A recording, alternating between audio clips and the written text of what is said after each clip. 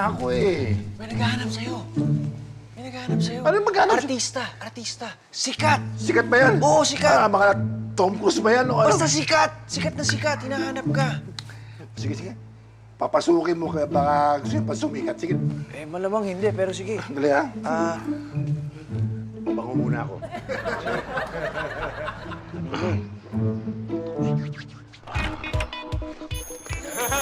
Basta, sino ba yan?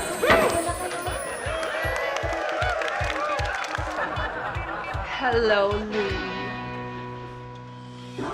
Tim, yan ba yung naghahanap sa akin? yan. At bakit?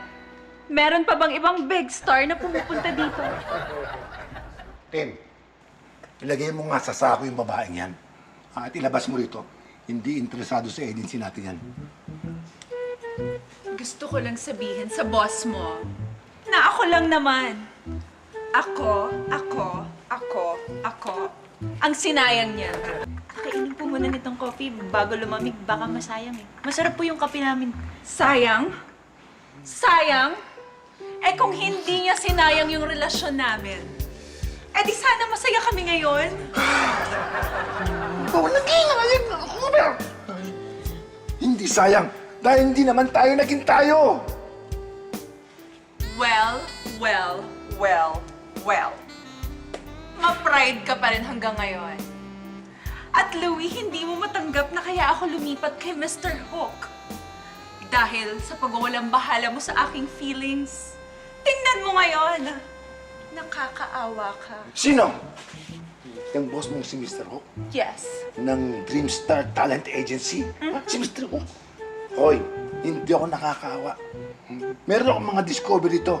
Mga superstar. At bagong discovery ko. Sisikat yun. Mas maganda sa'yo. Mas magaling umarte sa'yo. Mas sexy sa'yo. At mas magaling sumayaw sa'yo. Nasaan siya? Iharap mo siya sa akin? Ha? Hindi ko alam. Nasaan siya? Akala mo matatago mo ang mga talent mo sa akin. Alam ko kaya kung saan sila nakatira. Sila yung nasa Corona Residences. Kaya humanda siya sa akin. Kung akala niya, matatalo niya si...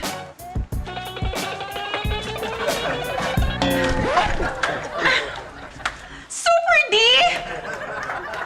At excuse me, sabihin mo dyan sa bago mong discover, magbibihis lang ako ha. Bye! Habulin mo yan. Patirin mo kaagad ha. Sipain mo.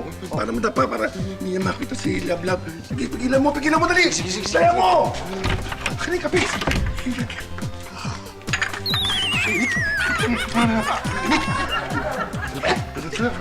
Init pala dyan.